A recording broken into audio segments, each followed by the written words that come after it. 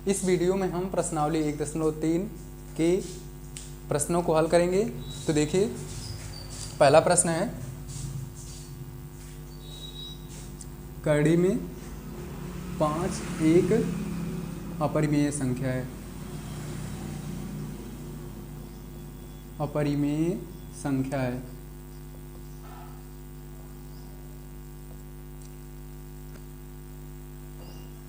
इसको सिद्ध करने के लिए हम इसका विपरीत ये मान लेते हैं कि यह एक परिमेय संख्या है। तो माना कड़ी में 5 एक परिमेय संख्या है।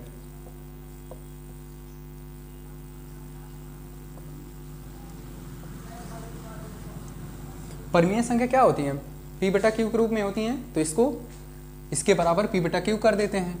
कड़ी में 5 बराबर p बटा क्यू, जहां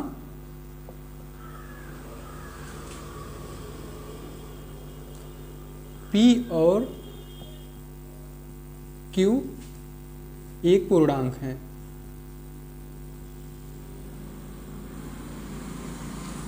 पूर्णांक है तथा q बराबर 0 नहीं है और सहअभाज्य हैं।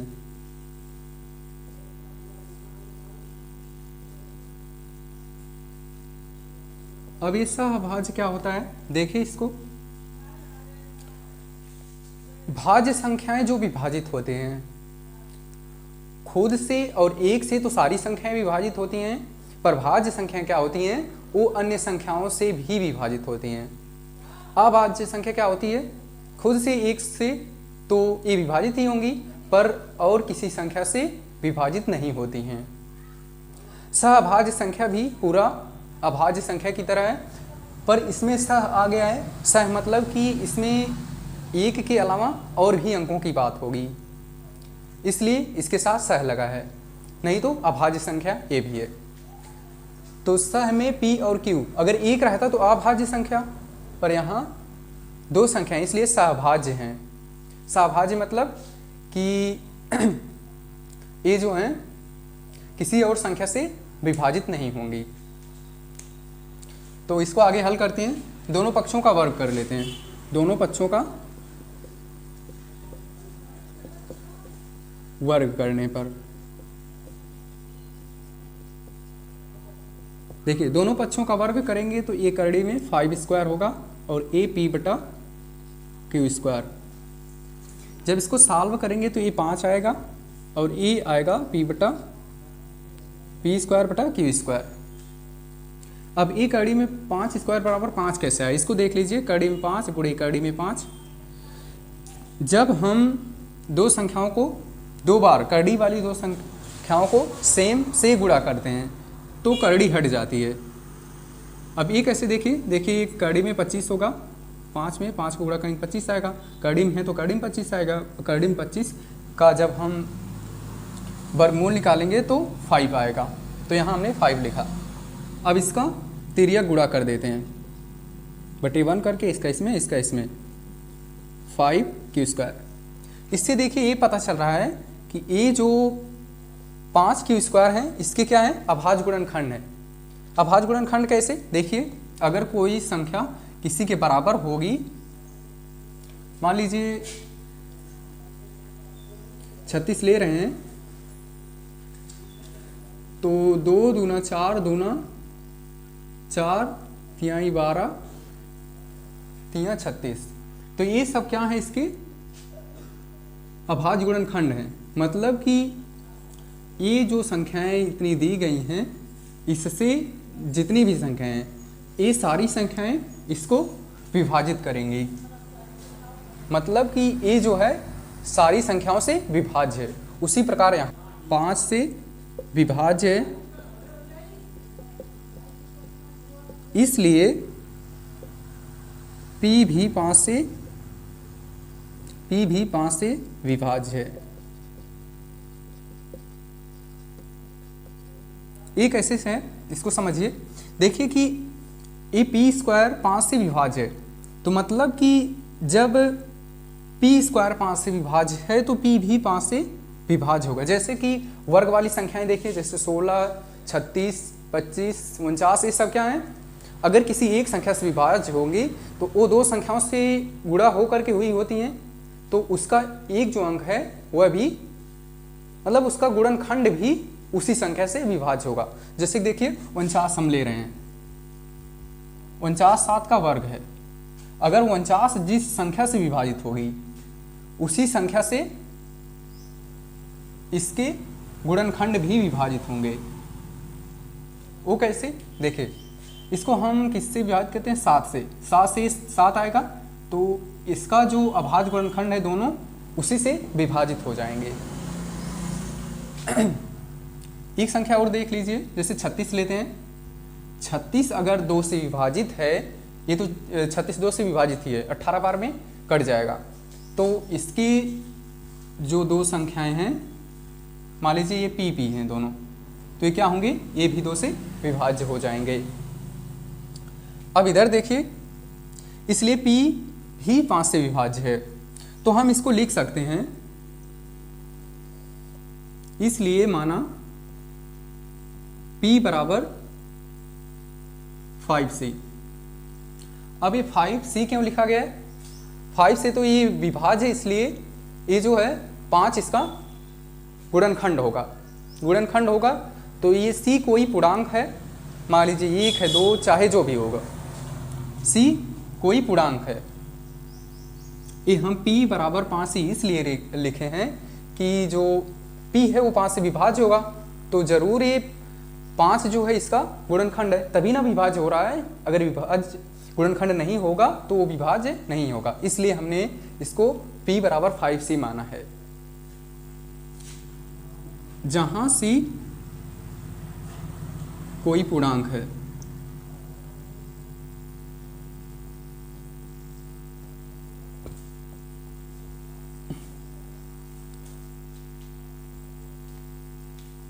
तो देखिए अब इसको समीकरण नंबर 1 मान लेते हैं।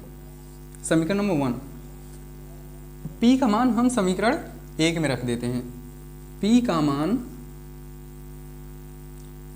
समीकरण 1 में रखने पर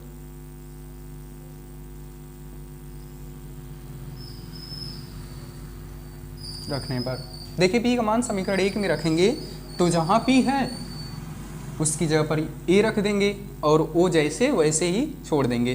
तो इसमें 2 अंक हैं, इसमें क्या है, 2 अंक हैं, 5c। p की जगह पर 5c रख रहे हैं, पर इसमें p का स्क्वायर है, तो हम इस पर दोनों का स्क्वायर करेंगे। अगर केवल इस तरह करेंगे तो ये c का स्क्वायर हो रहा है, इसलिए इसको कोष्टक में बंद करके स्क्वायर करेंगे। फिर बराबर 5q स्क्वायर। अब देखिए जब इसका 2 बार गुणा करेंगे तो ये 5 का 2 बार गुणा करेंगे तो 25 आएगा, c का 2 बार गुणा करेंगे तो से स्क्वायर हो जाएगा। अब ये 5q स्क्वायर। अब इसको क्या करते हैं,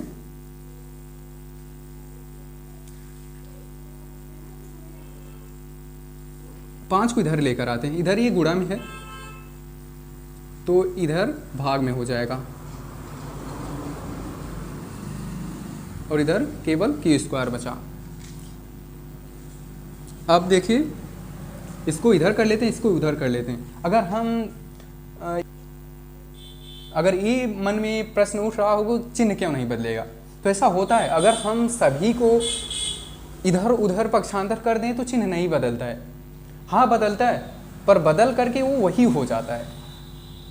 तो फिर इसको पूरे को उधर कर लेते हैं, उसको उधर कर लेते हैं, तो q स्क्वायर बराबर ये क्या होगा, 5c स्क्वायर। देखिए ये इसका अभाज्य गुणनखंड है, इसलिए q स्क्वायर 5 से विभाज्य है, 5 से विभाज्य है, इसलिए q भी 5 से विभाज्य ही होगा, जैसे इसमें हुआ था। q भी 5 से विभाज्य है,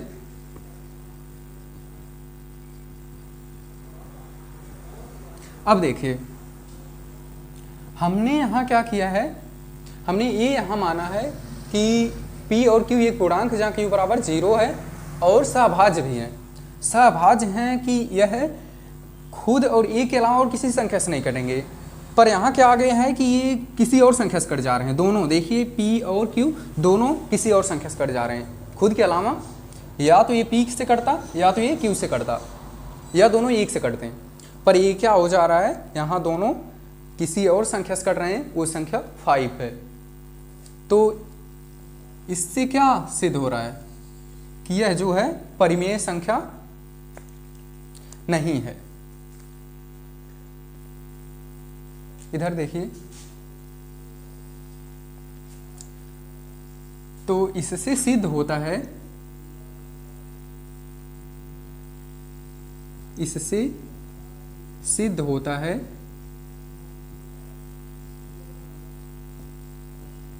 कि कड़ी में 5 परिमेय संख्या नहीं है, परिमेय संख्या है, यह गलत है, यह एक अपरिमेय संख्या है।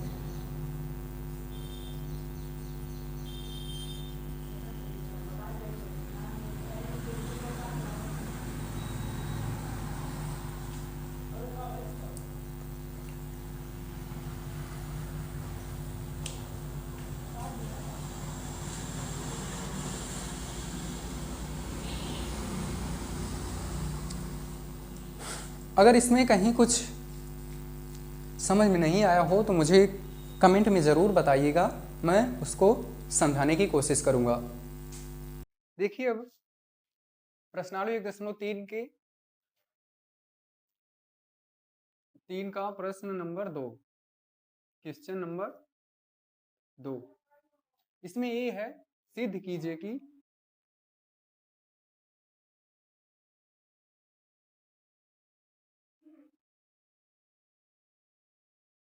थ्री प्लस 2 करड़ी में 5 एक अपरिमेय संख्या है।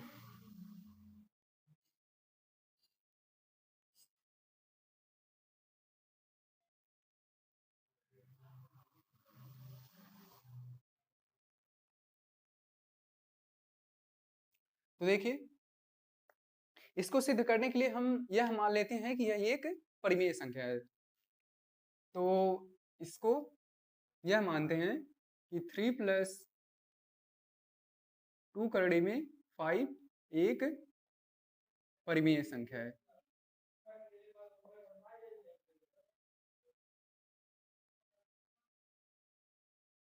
जो कि P बटा Q के बराबर है। परिमेय संख्या पता ही है आप लोगों को कि यह P बटा Q होती है। तो जब ये परिमेय संख्या है तो P बटा Q के बराबर होगी। तो 3 प्लस 2 करड़ी में 5 बराबर P बटा Q।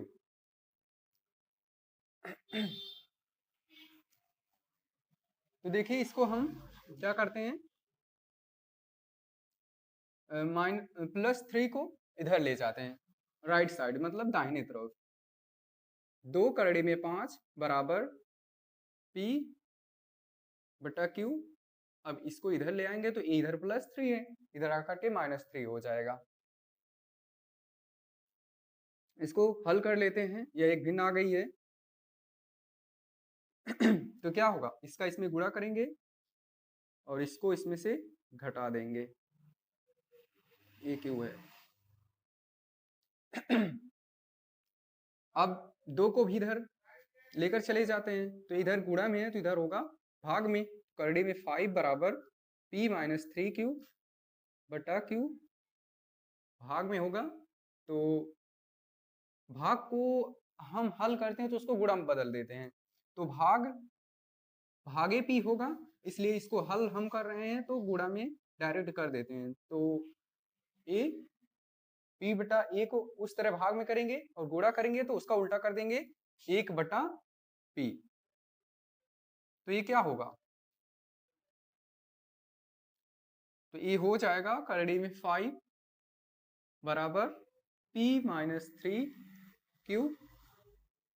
इसका इसमें होगा अंश का अंश में और हर का हर में। गुणा क्या होता है, अंशों का अंशों में गुणा करते हैं, हरों का हरों में गुणा करते हैं। तो ये कितना होगा, ये 2 है ना, यहाँ 2 आया है, 2q।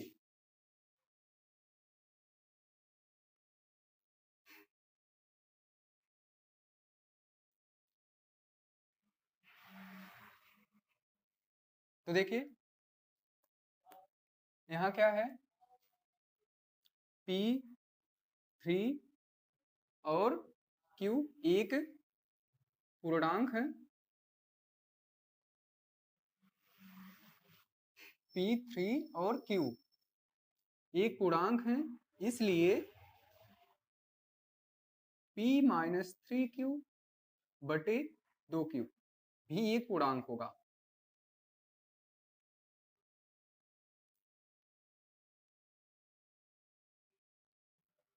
पूर्णांक होगा। तो पूर्णांक वाली संख्याएं क्या होती हैं, पूर्णांक जो होते हैं वह एक परिमेय संख्या होती हैं। तो इसलिए यह एक परिमेय संख्या है।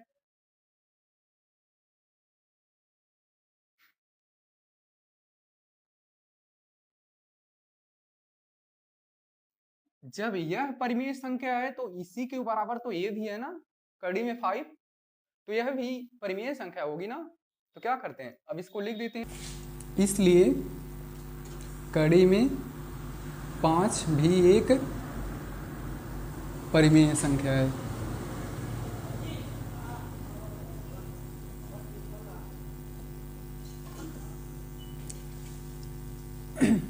यह विरोधाभासी परिणाम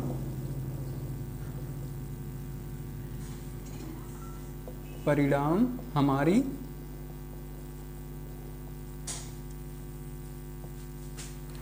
गलत कल्पना से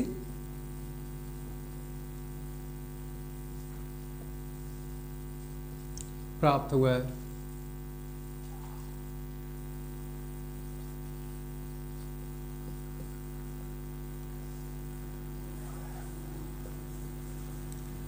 इसलिए 3 + 2 करड़ी में 5 एक अपरिमेय संख्या है।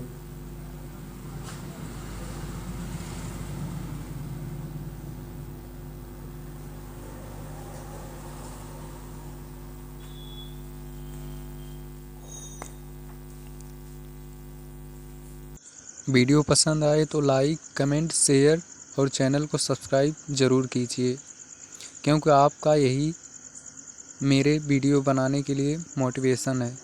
धन्यवाद।